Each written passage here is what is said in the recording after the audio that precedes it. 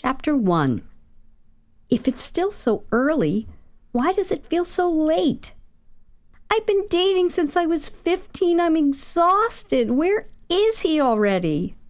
Although that famous line was uttered nearly 2 decades ago by the fictional character Charlotte in the HBO series Sex and the City, it continues to capture the feelings of real women everywhere. Increasingly, women of all ages and from all walks of life find themselves emotionally depleted from the difficulties associated with men and the failed attempts at having committed and lasting relationships. Real-world Charlottes, Carries, and Mirandas are baffled at men's resistance to locking down love.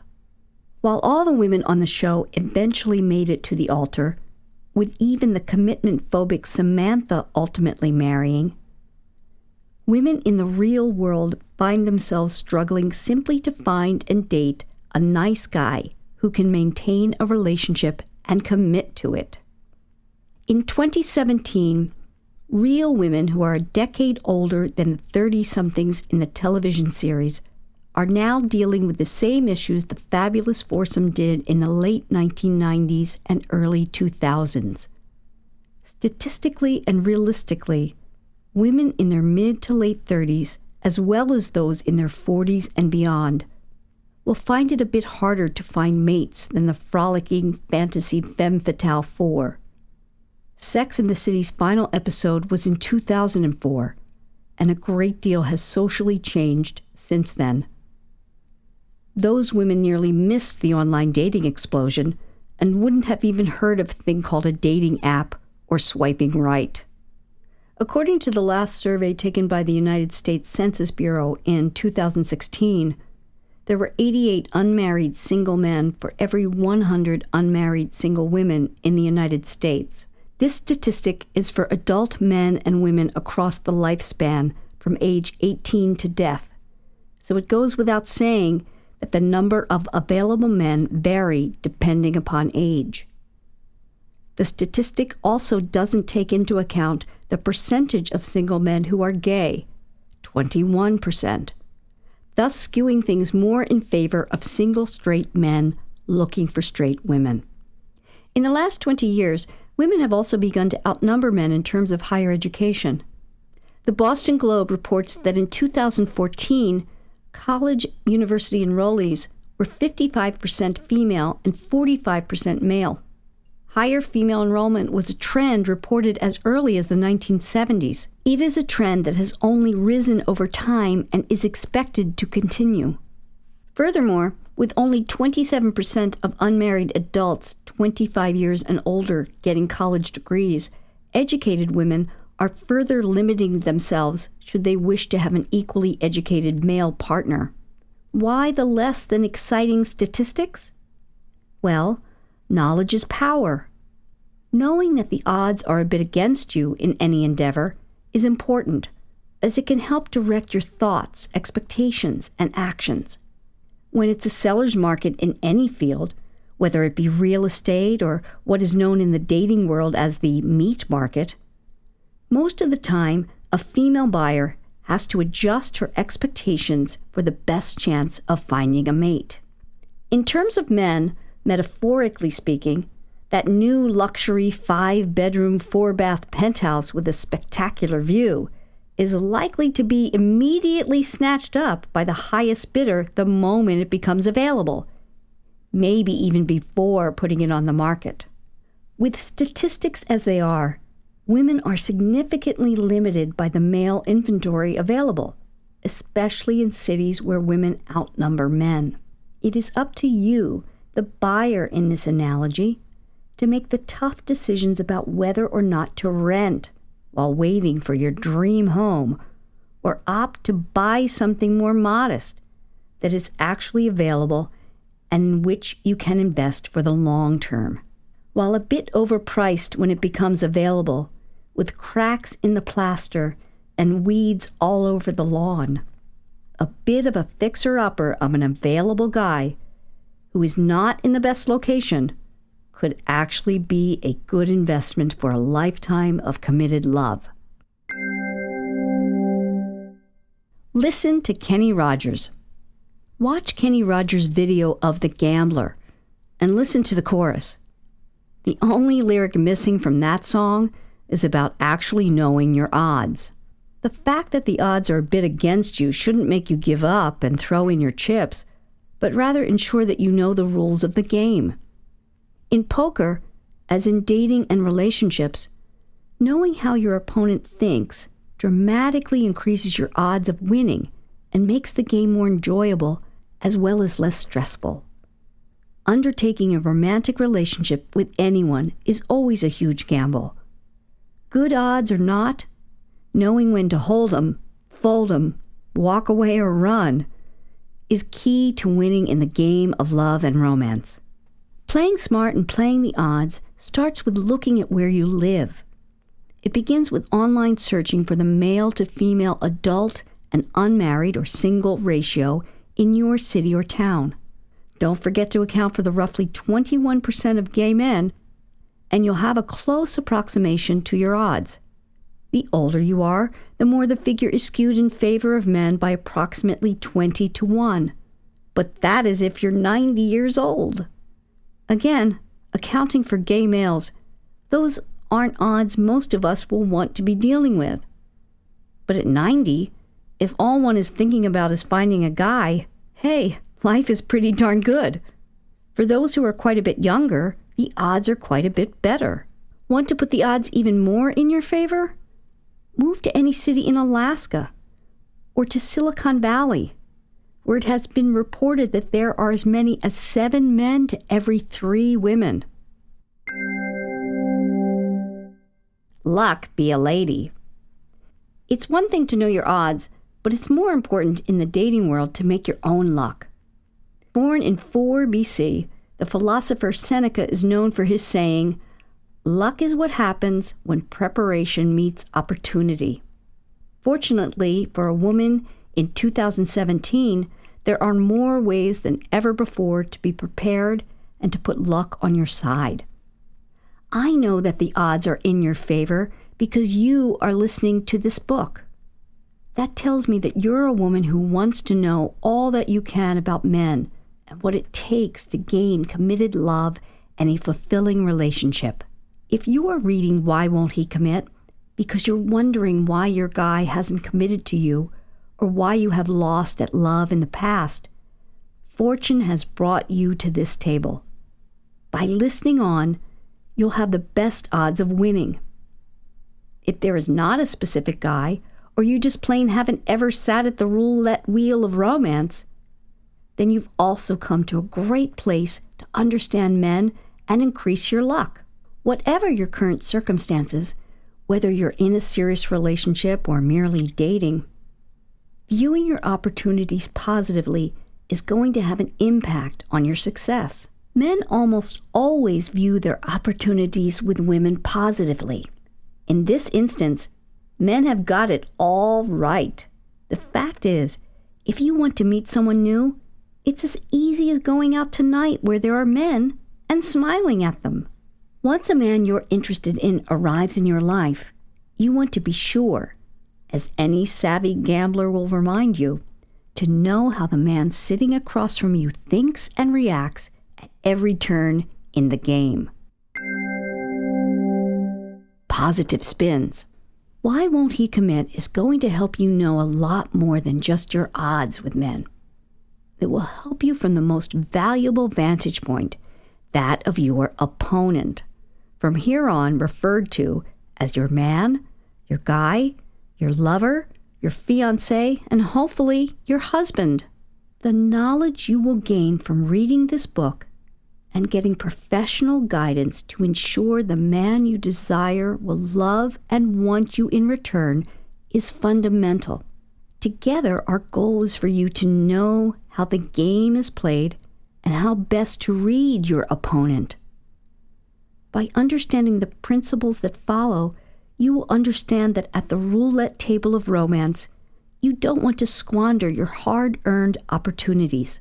If you are nearing the age of 35 and know you want to have children, now is the time to make your love life a priority. Having coached many women in their 40s who are saddened by their missed opportunities to have their own biological children. I know the pain that postponing childbearing can cause. Whether or not you have a desire for children, as you near the age of 40 and certainly beyond, you are wise to make your romantic life as much of a priority as your career or professional life. In short, carpe diem. According to brainmeasures.com, for women ages 40 to 50, the chances of marriage are anywhere from just under 13% to just over 35%, depending on the woman's exact age. The site has what they call a chances to get married calculator, as well as an after the age of 40 calculator. I love this tool because a woman's belief that she will marry is included in the calculation of her odds of success. It factors in that secret component of a belief in a desired outcome and assigns it a large role in the achievement of a dream.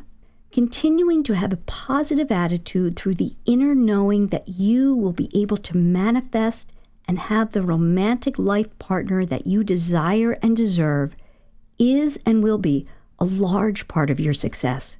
Another piece of the puzzle is knowing, understanding, and relating to how men think, feel, commit, and bond. What's inside that beautiful package? Where are you with your state of inner knowing? Are your beliefs firm because you are in a great place of always working towards self-actualization?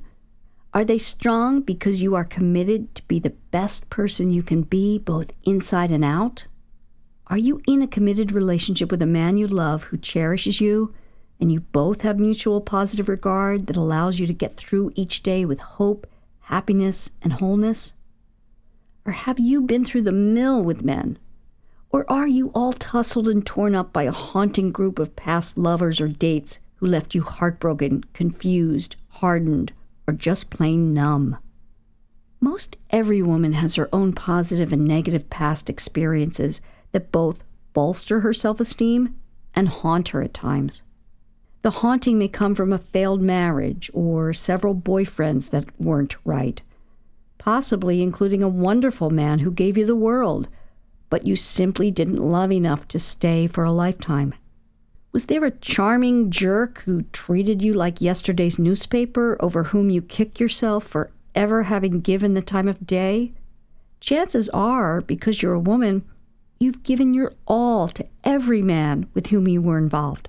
And because you are human, you did the best you knew how to do at the time. While there might be quite a few lovers past, the memory of them needn't haunt you. By reading this book, you will see that all the giving, connecting, compromising, and caretaking you did, while making sense from your female way of loving and committing, likely had the opposite effect of what you intended and lessened the desire and love of some of the men in your past. It's really not you. It's him and you together. Using the principles in this book, you will come to see that to a great extent, what happened in your failed relationships had little to do with you and almost everything to do with the fact that men and women feel and express love in very different ways. This lack of understanding and acceptance of the different needs, wants, styles, and ways of loving, communicating, committing, and bonding are the cause of the complex difficulties men and women face in their relationships with each other. While we'd like to think we grow apart or just have irreconcilable differences, statistics point to the fact that gender differences could be the primary factor in divorce. The Netherlands Central Bureau of Statistics found that in the 15 years since the country passed marriage equality, same-sex couples have boasted a lower divorce rate overall than straight couples. Recent research from the Williams Institute at UCLA Law School lends credence to the fact that same-sex relationships, where brains are more similarly wired, showed a breakup rate that is about half of what it is among their heterosexual counterparts. Winning the War of the Sexes. In his book, The Problem with Women is Men, The Evolution of a Man's Man to a Man of Higher Consciousness, author and self-proclaimed recovering playboy Charles J. Orlando lauds his wife for making him the man he has become. It is interesting to note that even with its catchy title, this book did not become a phenomenal hit like The Rules. Perhaps this is because Mr. Orlando's premise that women have no need to alter their behavior to make relationships work flies in the face of what women grow to understand. That their natural giving and loving inclinations towards men are not usually what men respond to most positively. Charles Orlando is under the assumption that his wife did little to inspire him to change his playboy ways. I dare say that Mr. Orlando likely had no idea of the strategies and approaches his wife was invoking in their dating, and most likely invokes to this day, in order to continually ignite and inspire her husband's interest and desire. Mrs. Orlando may be one of those lucky women who innately knows and lives by adage number 1 on my list of gender gaps. Women love through knowing. Men love through wondering. I have no doubt that Mrs. Orlando keeps her husband wondering in all the little ways that keep his interest alive, and thus propels him to continually behave and act in ways that make her happy and feeling loved, cherished, and desired. Though she may be doing so unconsciously, if Mr. Orlando is so enamored that he wrote a book, I know his wife is doing the work. More on that work in later chapters, but right now, let's focus on you and your understanding of men. Naughty or nice? Take a moment to think about all the men in your life, past and present. Get a piece of paper or pull out your phone and make a list that includes all the men you've either dated a few times, seriously dated, or with whom you've had a significant relationship, long or short, good or bad, pretty or ugly. List them all, and don't limit yourself. If you recall someone and think, ugh, I couldn't stand that guy, he goes on the list. If you have resistance to doing this exercise, let those feelings wash over you and connect to them. What are those feelings about? Denial, shame, regret? It's okay. Lovers past are now just names on a piece of paper or a list on your phone's notepad. Next, circle or highlight the name or names of the men that you loved or were deeply infatuated with at the time. Just think about how you felt at the time without judging yourself. Do this according to your feelings then and not with hindsight. There is no need to think, we were from such different backgrounds, it never would have worked, or I barely knew him. Just go with how you felt about him when you were with him. It's likely that you will have circled all but 1 or 2 of the men on your list because at the time you were together, you loved him or were, at the very least, infatuated with him. For the serious and long-term relationships, it's likely that you loved each man so much that you would have given anything to be with him despite his flaws or problematic behavior. You were committed to him heart and soul, regardless of the length of the relationship, the distance between you, or other mitigating factors. Now go down the list, one by one, and put a heart next to the men who loved you back to an equal extent, or who loved you regardless of whether or not you loved them.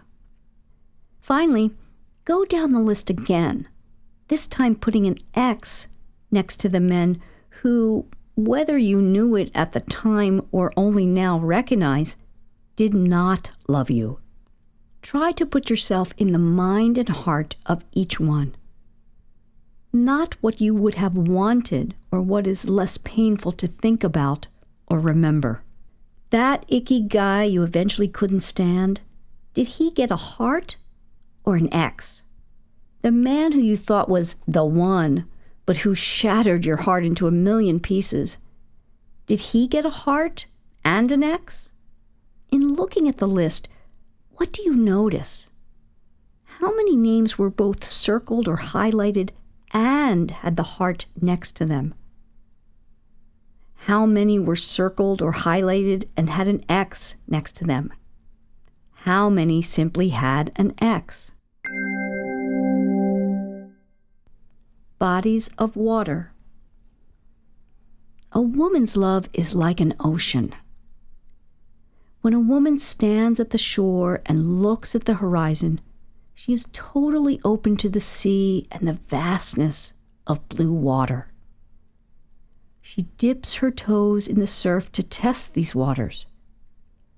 If they are warm and inviting, and she likes the way the water feels, she ventures out a bit farther. Having sex causes the tides to turn as a woman is carried out into a deeper part of the sea. The longer she is with a man and continues to have sex with him, the deeper and deeper her feelings become, until those feelings carry her leagues under the deepest part of the ocean, nearing the depths of the sandy floor. A man's love is more like a lake than an ocean. And by lake, we're not talking the Great Lakes. A man can see across this shallower, smaller body of water. As he ventures out across it, his lake is not as deep, and it doesn't just drop off to depths unknown. A man also doesn't generally care to test the water. Instead, he just dives in. If he likes how it feels and it's not too murky, rough, or filled with crocodiles or other biting creatures, he'll continue to walk across the lake without much thinking.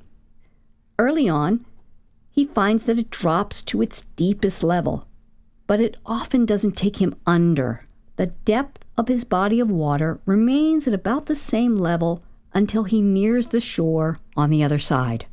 When a man has sex with a woman, nothing much changes in terms of how he feels about the woman, other than the desire to pursue her to have more sex.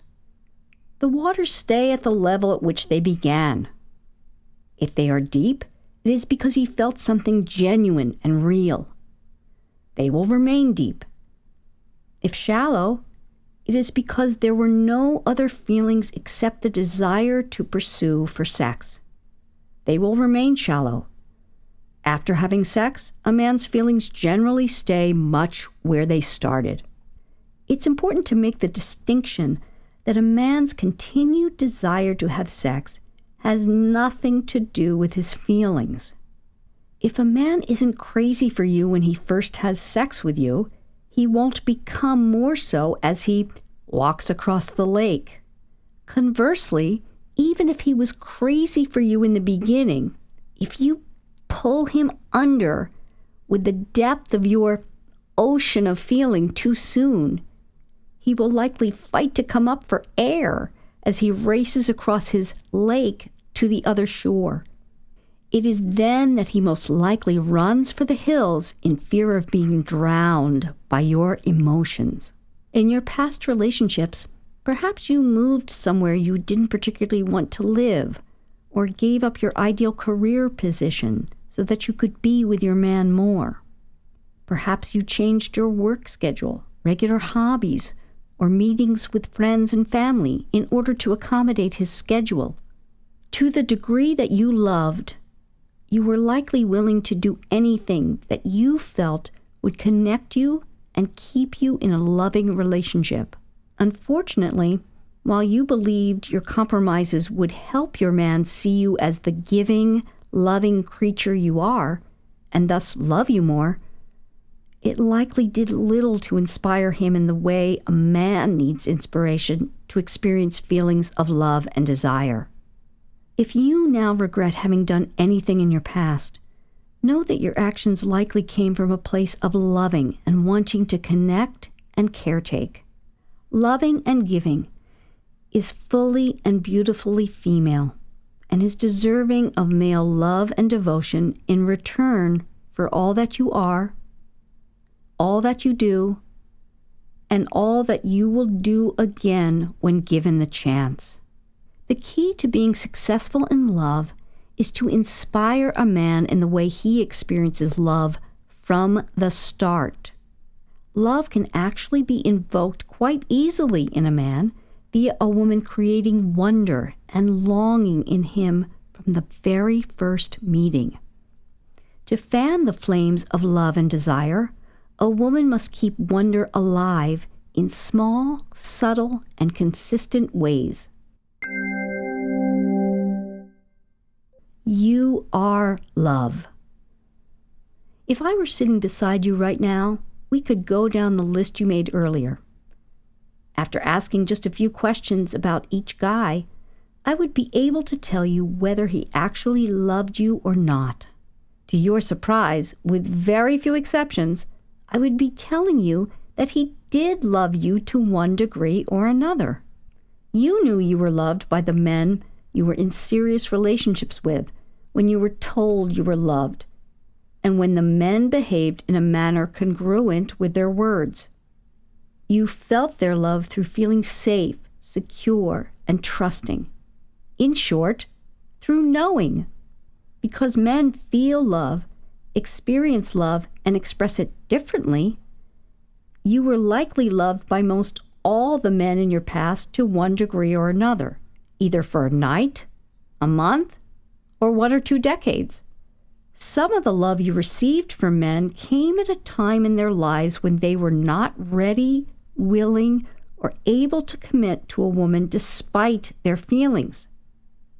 This may be very hard for you to understand because as a woman, you connect love to commitment and bonding in a way that men do not. Neither love nor time is much of a factor in men being ready, willing, and able to commit.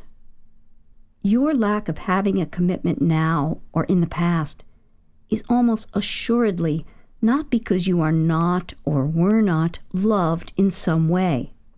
It's simply that you lack the skill of recognizing the state of being a man must be in order to make a decision to commit.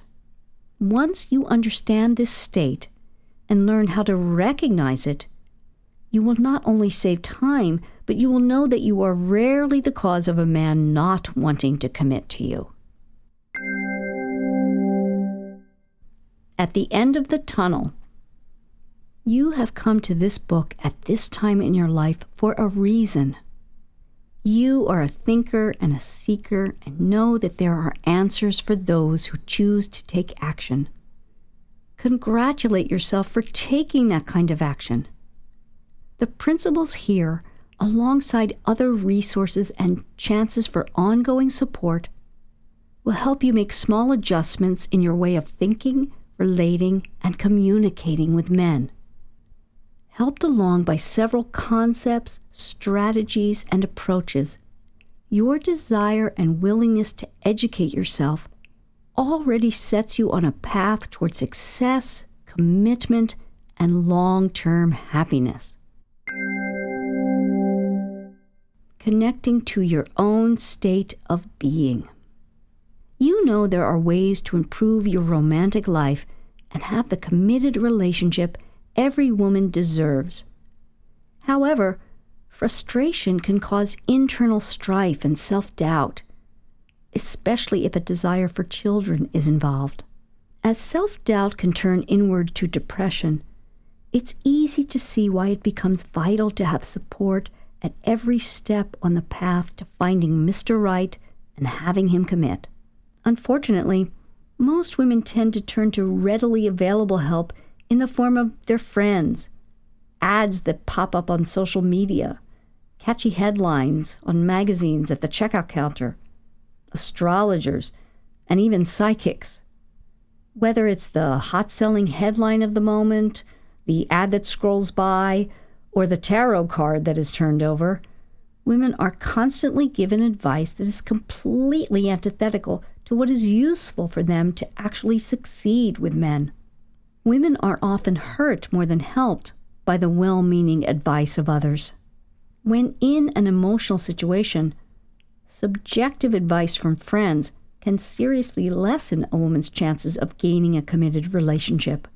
Objective, strategic, and trained expert help is the most useful in helping women attain success in the committed relationships they desire and deserve.